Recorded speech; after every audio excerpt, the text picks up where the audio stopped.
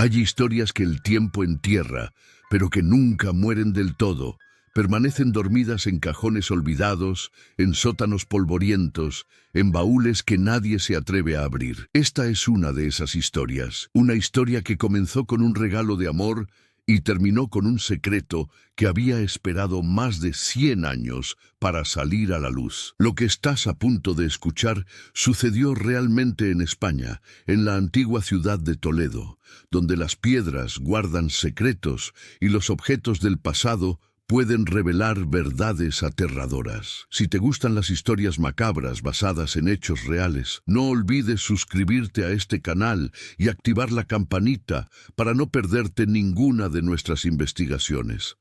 Porque te aseguro que lo que vas a descubrir hoy te quitará el sueño. El viento helado de febrero azotaba las calles empedradas de Toledo en el año 2014. En el corazón del antiguo barrio judío, entre callejones estrechos donde la luz del sol apenas penetraba, se encontraba una pequeña tienda de antigüedades llamada El Tesoro Olvidado. La puerta de madera crujió cuando Clara Mendoza, una restauradora de arte de 38 años, entró en el establecimiento. El olor a madera vieja y naftalina la recibió como siempre. Don Emilio Vázquez, el anciano dueño de 70 años con gafas redondas y un bigote gris perfectamente recortado, levantó la vista de un libro amarillento y sonrió al verla. Clara, hacía meses que no venías. Tengo algo especial que mostrarte.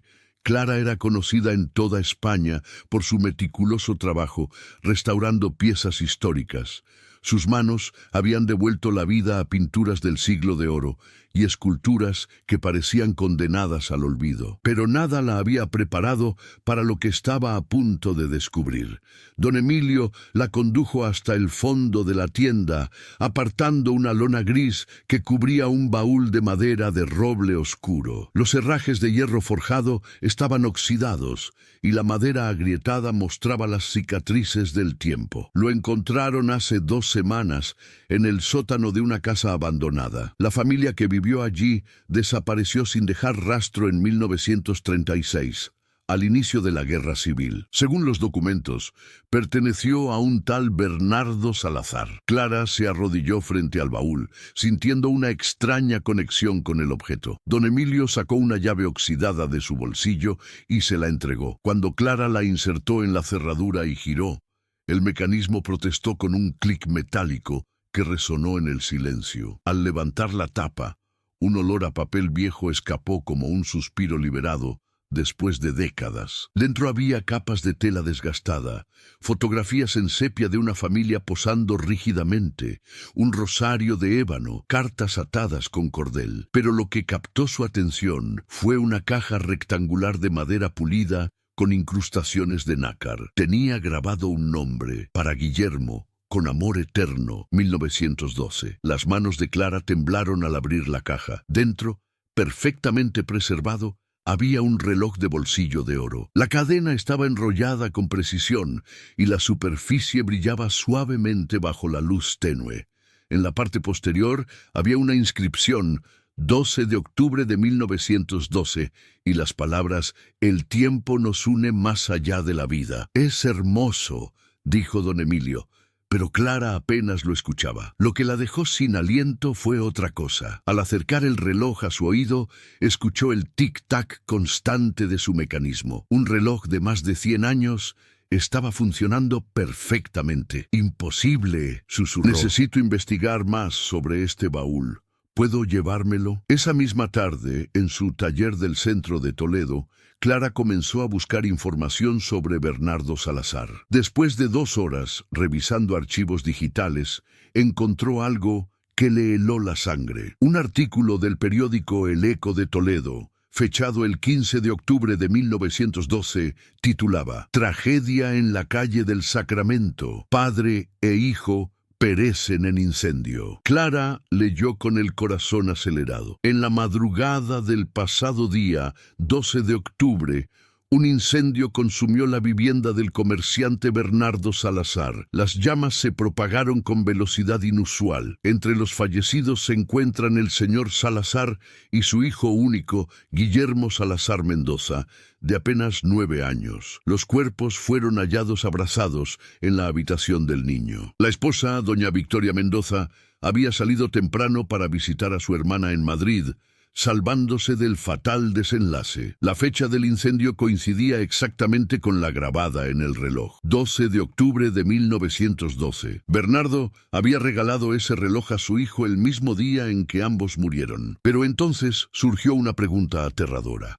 ¿Cómo era posible que el reloj estuviera dentro del baúl si padre e hijo habían muerto en el incendio? ¿Quién lo había guardado allí? Clara buscó más información sobre Victoria Mendoza y encontró otro artículo del 3 de enero de 1913. La viuda Victoria Mendoza ha abandonado Toledo. Según fuentes cercanas, nunca superó la pérdida y ha decidido retirarse a un convento en Ávila. Antes de partir, vendió todas sus posesiones, exceptuando un baúl con objetos personales, que según declaró, contiene todo lo que queda de su familia. Ese era el baúl que ahora estaba frente a ella, pero algo no encajaba. Clara revisó nuevamente el contenido y encontró las cartas. Eran correspondencias entre Bernardo y Victoria, llenas de palabras cariñosas. Una carta en particular, fechada el 11 de octubre de 1912, un día antes del incendio, llamó su atención. La letra era temblorosa. Mi querida Victoria, si estás leyendo esto, mis peores temores se han cumplido. He descubierto algo terrible que no puedo compartir contigo por tu seguridad. Solo te ruego que protejas a nuestro Guillermo. He tomado medidas para asegurar su futuro, pero temo que no sea suficiente. El reloj que le he regalado hoy es más que un obsequio. Es una promesa de que estaremos unidos pase lo que pase. No confíes en nadie, ni siquiera en mi hermano Sebastián. Con todo mi amor, Bernardo. Clara sintió un escalofrío. ¿Qué había descubierto Bernardo? ¿Por qué mencionaba a su hermano? Decidió buscar información sobre Sebastián Salazar y encontró algo inquietante. Sebastián había sido socio de Bernardo en el negocio de telas, pero en 1913, un año después del incendio, se convirtió en el único propietario y aumentó considerablemente su fortuna. Nunca se casó ni tuvo hijos. Murió en 1960 y fue enterrado en el cementerio de San Eugenio. Al día siguiente, Clara visitó los archivos municipales para revisar el informe oficial del incendio. Después de horas revisando documentos polvorientos, encontró el informe. Según las autoridades, el fuego se había originado en la habitación de Guillermo cuando una vela cayó sobre las cortinas, pero había una nota al margen, escrita con caligrafía diferente. Testimonio de vecino descartado por falta de evidencias. Afirmó haber visto a un hombre salir de la casa minutos antes del fuego. Descripción coincide con hermano del fallecido. El corazón de Clara latía con fuerza. Había un testigo que vio a Sebastián salir de la casa justo antes del incendio, pero su testimonio fue descartado porque era conocido por su alcoholismo. Sin más pruebas, las autoridades cerraron el caso como accidental. Clara regresó al baúl con determinación renovada. Entre las telas encontró un sobre sellado con lacre rojo. En el frente decía, para ser abierto solo si la verdad debe salir a la luz. Él rompió el sello y sacó un documento. Era otra carta de Bernardo, fechada el 11 de octubre de 1912. A quien corresponda, si esta carta es encontrada, significa que mi hermano Sebastián ha llevado a cabo su plan. He descubierto que ha estado desviando fondos del negocio durante años, acumulando deudas a mi nombre. Me ha tendido una trampa. Cuando lo confronté ayer, amenazó a mi hijo. Dijo que si exponía sus crímenes, Guillermo pagaría el precio. He guardado documentos que prueban sus malversaciones en un lugar seguro, detrás del ladrillo suelto en la chimenea de mi despacho, en la calle del Sacramento 23. Si algo me sucede, ruego que busquen esas pruebas. El reloj que he regalado a Guillermo es mi forma de pedirle perdón por no poder protegerlo. Le he dicho que mientras ese reloj siga funcionando, yo siempre estaré con él. Que Dios nos proteja. Bernardo Salazar. Clara sintió lágrimas en sus ojos. Bernardo sabía que iba a morir, sabía que su hermano iba a matarlo, y su última preocupación fue consolar a su hijo. Pero había un problema. La casa de la calle del Sacramento había sido demolida 2 semanas atrás. Sin embargo, Clara no se rindió. Contactó a la empresa constructora y descubrió que algunos elementos arquitectónicos, incluidas las chimeneas, habían sido salvados y almacenados en un depósito para posible reutilización. Esa misma tarde, condujo hasta el depósito. El encargado, un hombre corpulento llamado Joaquín, la guió entre fragmentos de edificios demolidos hasta una sección donde varias chimeneas estaban apiladas. «Esta de aquí es de esa casa», señaló una chimenea de ladrillo rojizo con azulejos azules. «La salvamos porque los azulejos son del siglo XVIII». Clara comenzó a examinar los ladrillos con manos temblorosas. Después de varios minutos, encontró uno ligeramente desplazado en la parte posterior. Lo sacó cuidadosamente, revelando un hueco oscuro. Metió la mano y sus dedos rozaron algo sólido envuelto en tela. Lo sacó con cautela. Era un paquete envuelto en lona encerada. Lo abrió, revelando un legajo de documentos amarillentos. Eran registros contables, contratos falsificados y cartas que demostraban cómo Sebastián había estado robando a su hermano durante años. Había un pagaré falsificado con la firma de Bernardo, comprometiéndolo a pagar una suma enorme a un prestamista violento. Pero lo más impactante era la última página.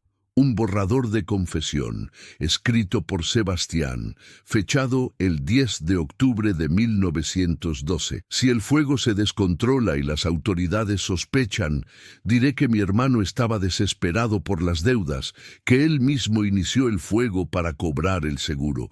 Los registros lo probarán, y si Victoria regresa antes de tiempo, tendré que asegurarme de que no hable». Clara sintió náuseas. Sebastián había planeado matar a Victoria también. Solo la casualidad de que ella saliera temprano ese día la había salvado, ¿o no? Con las pruebas en su poder, Clara contactó a un profesor de Historia del Derecho en la Universidad de Castilla-La Mancha, el doctor Rafael Olmedo. Le mostró toda la evidencia. El doctor quedó fascinado. «Clara, lo que has descubierto es extraordinario. Debemos contar esta historia, por Bernardo y por Guillermo». En las siguientes semanas, la historia de los Salazar se convirtió en noticia nacional. Los periódicos de toda España publicaron artículos sobre el crimen olvidado de Toledo. Se organizó una ceremonia en el cementerio de San Eugenio para honrar la memoria de Bernardo y Guillermo. Clara decidió donar el reloj al Museo de Historia de Toledo, pero antes quiso hacer una última visita. Fue sola al cementerio, a la tumba de Sebastián. Se arrodilló frente a la lápida con el reloj en sus manos. «Sebastián Salazar, durante más de 100 años tu crimen quedó oculto. Viviste con la riqueza robada, con la sangre de tu hermano y tu sobrino en las manos. Pero hoy la verdad ha salido a la luz. El mundo sabe lo que hiciste». Se levantó, sintiendo una extraña paz. Miró el reloj una última vez. Seguía funcionando, su tic-tac constante como un corazón que se negaba a detenerse. Era como si Bernardo hubiera cumplido su promesa. Mientras el reloj funcionara, él estaría con su hijo, esperando el día en que la verdad fuera revelada. Pero entonces ocurrió algo que le heló la sangre. El reloj, que había estado marcando las 3:15 desde que lo encontró, comenzó a moverse. Las manecillas se deslizaron lentamente hasta detenerse exactamente a las 12:00. Luego, el tic-tac se detuvo. El reloj finalmente dejó de funcionar. Clara sintió un escalofrío profundo. Era como si Bernardo, después de un siglo de espera, finalmente pudiera descansar. Su misión estaba cumplida. Guardó el reloj en su bolso y caminó hacia su coche. Cuando estaba a punto de arrancar, su teléfono sonó. Era don Emilio. «Clara, hay algo que debo contarte. Algo que no te mencioné cuando viniste a la tienda». «¿Qué es, don Emilio?» Cuando encontraron el baúl, había algo más. Un diario. El diario de Victoria Mendoza. Lo leí antes de dártelo y había algo perturbador.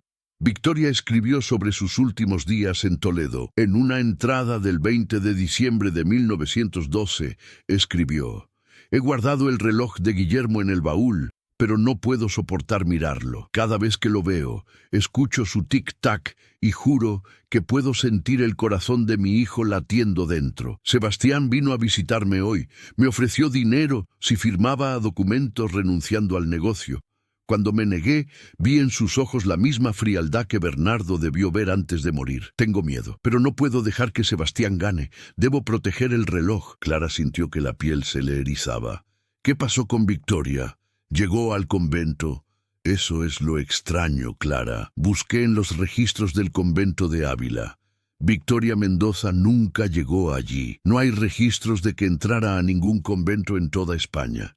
Simplemente desapareció». El silencio que siguió fue ensordecedor. Clara entendió la horrible verdad. Victoria había desaparecido y Sebastián había sido la última persona en visitarla. Sebastián no solo había matado a su hermano y a su sobrino, también había asesinado a Victoria. «Don Emilio, ¿tiene ese diario?» «Sí, puedes venir a recogerlo ahora». Clara condujo de vuelta a la tienda con el corazón acelerado. Don Emilio la esperaba en la puerta con un cuaderno de cuero desgastado. Se lo entregó sin decir palabra. De vuelta en su taller, Clara leyó el diario completo. Las entradas de Victoria comenzaban en 1910, llenas de alegría y esperanza. Pero después del incendio, el tono cambiaba drásticamente. Las páginas posteriores al 12 de octubre de 1912 estaban llenas de dolor y paranoia. Victoria escribía sobre las visitas amenazantes de Sebastián, sobre cómo él presionaba para que renunciara a cualquier derecho sobre el negocio. La última entrada estaba fechada el 28 de diciembre de 1912. «Sé que Sebastián vendrá esta noche. Lo sé porque me envió una nota diciéndome que tiene una propuesta final. Dice que si no acepto, me arrepentiré. He escondido el baúl en el sótano, detrás de una pared falsa. Si algo me sucede, espero que alguien lo encuentre algún día. Espero que encuentren el reloj y entiendan que mi familia murió por la codicia de un hombre sin alma. He dejado pistas en todos lados. La verdad debe salir a la luz. Por Bernardo, por Guillermo, por mí». Esa fue la última entrada. Victoria nunca volvió a escribir y, según los registros, nunca más fue vista con vida. Clara cerró el diario con manos temblorosas. Ahora lo entendía todo. Victoria había escondido el baúl sabiendo que Sebastián la mataría. Había dejado todas las pistas necesarias para que, algún día, alguien descubriera la verdad. El reloj no era solo un regalo de un padre a su hijo, era una prueba. Un testimonio silencioso de un amor que había trascendido la muerte y había funcionado durante 100 años, esperando pacientemente el momento en que alguien como Clara lo encontrara y desentrañara el horrible secreto. Pero había algo más, algo que Clara descubrió cuando volvió a examinar el reloj detenido. Al abrirlo con cuidado, notó que dentro de la tapa había una pequeña fotografía en sepia que no había visto antes. Mostraba a Guillermo, el niño de 9 años, con una sonrisa tímida, pero en el fondo de la imagen, apenas visible, había una figura borrosa de pie junto a la puerta. Clara usó una lupa para examinar la figura más de cerca. Su sangre se heló cuando reconoció los rasgos. Era Sebastián, y en su mano, apenas perceptible, sostenía algo que parecía una lata de queroseno. La fotografía había sido tomada el día del cumpleaños de Guillermo, el 12 de octubre de 1912, el día del incendio, y Sebastián ya estaba allí, preparando su crimen. Clara contactó nuevamente al doctor Olmedo con este descubrimiento final. El caso se volvió aún más mediático. Las autoridades, aunque no podían juzgar a un hombre muerto hacía décadas, oficialmente reconocieron que Sebastián Salazar había sido responsable de 3 asesinatos: Bernardo, Guillermo y Victoria. La tumba de Sebastián en el cementerio de San Eugenio fue vandalizada repetidamente por personas indignadas.